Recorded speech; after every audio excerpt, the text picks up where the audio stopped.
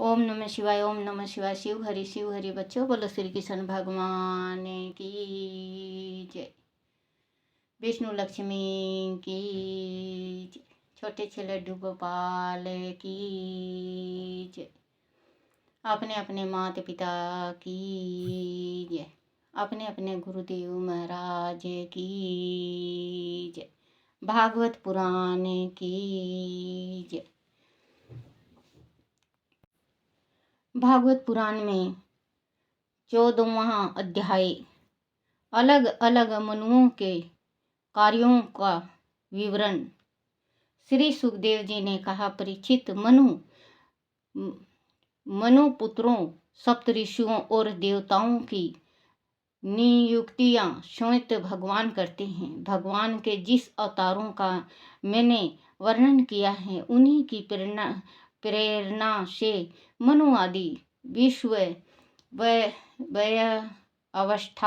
व्यवस्था का संचालन करते हैं। चतुर्युगों के समाप्त होने पर जब प्रलय होती है, तब सप्त ऋषि गण अपनी तपस्या से पुनः भगवान का साक्षात्कार करते हैं। सनातन धर्म की रक्षा का आधार वेदों की स्मृतियां हैं। भगवान की प्रेरणा से सभी मनु अपने अपने मानवतारों ने इन स्मृतियों के प्रचार से धर्म का अनुष्ठान करते हैं। राजन, मनु पुत्र मानवतार काल में प्रजा पालन और धर्म पालन का कार्य करते हैं। 5 महायज्ञों के द्वारा उस काल के देवता यज्ञ का भाग स्वीकार करते हैं। इंद्र का कार्य प्रजा पालन और भगवान द्वारा दी गई विपुल संपत्ति का उपभोग करना है। पृथ्वी पर वर्षा करने का अधिकार भी उन्हीं का है। भगवान प्रत्येक युग में सनकादि ऋषियों का रूप धारण करके ज्ञान का प्रचार करते हैं। यज्ञ बलकय आदि ऋषियों का रूप धारण करके कार्य का प्रचार करते हैं और दत्तात्रेय योगियों के द्वारा योग का उपदेश देते हैं। मारीच आदि प्रजापतियों के रूप में सृष्टि का विस्तार करते हैं। सम्राट के रूप में चारों ओर लुटेरों का वध करते हैं और शीत उष्णता आदि विभिन्न गुणों को धारण करके काल रूप से सबका संहार करते हैं। राजन, नाम और रूप की माया के कारण प्राणियों की बुद्धि भ्रष्ट और भ्रमित हो जाती है। इसीलिए वह अनेक प्रकार के दर्शन शास्त्रों के द्वारा भगवान की महिमा का बखान करते हैं। फिर भी वह भगवान के वास्तविक रूप को नहीं जान पाते। वह मंत्र उनके विषय में अनुमान ही लगाते रहते हैं। महाकल्प और अवतारण कल्प का परिमाण इसी प्रकार का होता है। सभी विद्वान ने प्रत्येक अवतार कल्प में 14 मानवतार ही बताए हैं। बोलो श्री कृष्ण भगवान की जय। 15वां भागवत पुराण में 15वां अध्याय दैत्यराज बलि द्वारा स्वर्ग पर विजय। राजा परीक्षित ने पूछा, मुनिवर, श्री हरि तो सबके स्वामी हैं, फिर उन्होंने दीनहीन की भांति राजा बलि से 3 पग भूमि क्यों मांगी? बलि से सब कुछ मिल जाने पर भी उन्होंने उसे क्यों बांधा? कृपया वह वृत्तांत सुनाने की कृपा करें। हमारे मन में उसे सुनने की बड़ी जिज्ञासा है। श्री सुखदेव जी ने कहा, राजन, जब इंद्र ने दैत्यराज बलि को पराजित करके उनकी सारी संपदा छीन ली और उनके प्राण भी ले लिए। तब भृगु नंदन शुक्राचार्य ने अपनी संजीवनी विद्या से उसे फिर से जीवित कर दिया था। ये उससे प्रसन्न होकर राजा बलि ने अपना स्वयं गुरु शुक्राचार्य के चरणों में अर्पित कर दिया और तन मन से उसकी सेवा करने लगे। उससे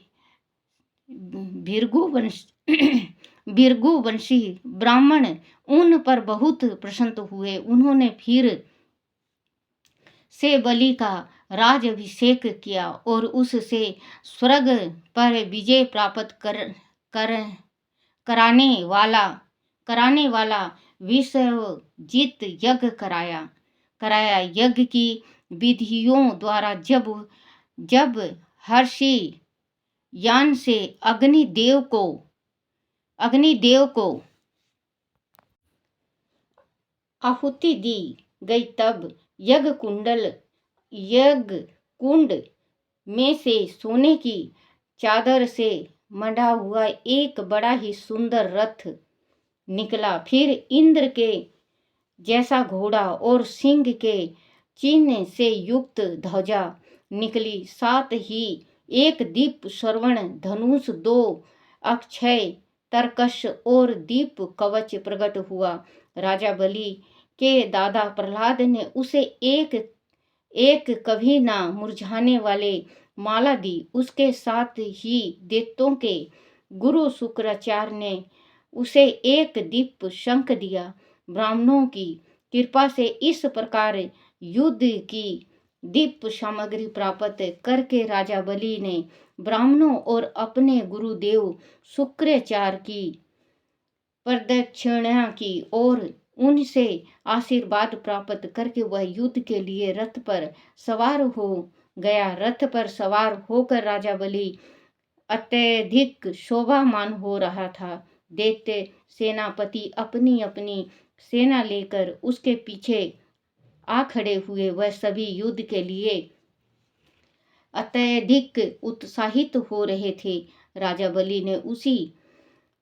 बलि ने सभी दैत्यों को उत्साहित करते हुए ऐश्वर्य से परिपूर्ण इंद्र की नगरी अमरवती पर चढ़ाई कर दी। स्वयं विश्वकर्मा ने उस अद्भुत और सुंदर नगरी का बहुत ही भव्य रूप से निर्माण किया था। वह स्वर्ग कहलाती थी। गंधर्वों और सुंदर अप्सराओं तथा भव महलों के साथ साथ सुंदर उपवनों व सरोवरों से वह नगरी अत्यधिक शोभामान होती थी। इस नगरी में असत्य, अधर्म, दुष्टता, सिंह, छल कपट, हिंसा, छल कपट, कामुकता, लोभ आदि का नाम तक नहीं था। दोषी लोगों का वह प्रवेश पूर्ण रूप से वर्जित था। राजा बलि के आक्रमण का समाचार सुनकर इंद्र घबरा गया। उसे यह आशा कतई नहीं थी कि बलि इतनी जल्दी अपनी शक्ति को बढ़ाकर उस पर आक्रमण करेगा। उसने देवताओं के गुरु बृहस्पति से राजा बलि से सामना करने का उपाय पूछा। बृहस्पति जी ने कहा, इंद्र ब्रह्मवादी भृगुवंशियों ने अपनी शिष्य बलि को बृहस्पति जी ने कहा, इंद्र महान तेजस्वी से अलंकित किया है। जैसे काल के सामने कोई प्राण नहीं ठहर सकता, उसी प्रकार मात्र भगवान श्री हरि को छोड़कर तुम्हारे जैसा कोई भी वीर उसी प्रकार मंत्र उसके सामने नहीं ठहर पाएगा। इसीलिए तुम स्वर्ग छोड़ कर कहीं छिप जाओ और समय की प्रतीक्षा करो। जब शत्रु का भाग पलटेगा तभी तुम फिर से स्वर्ग पा सकोगे। इस समय ब्राह्मणों की शक्ति अत्यंत प्रबल है। जो ब्राह्मण का तिरस्कार करेगा उसका स्वर्ग नाश हो जाएगा। राजन, आचार्य बृहस्पति देवताओं के समसत स्वार्थ और परमार्थ के ज्ञाता थे। उन्होंने जब देवताओं को ऐसी सलाह दी तो वह लोग रूप बदलकर स्वर्ग छोड़कर चले गए।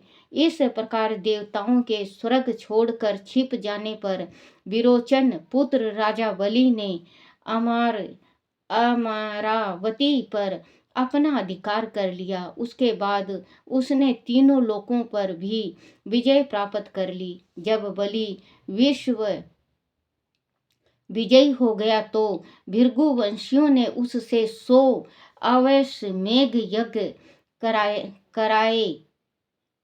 उस यज्ञों के प्रभाव से राजा बलि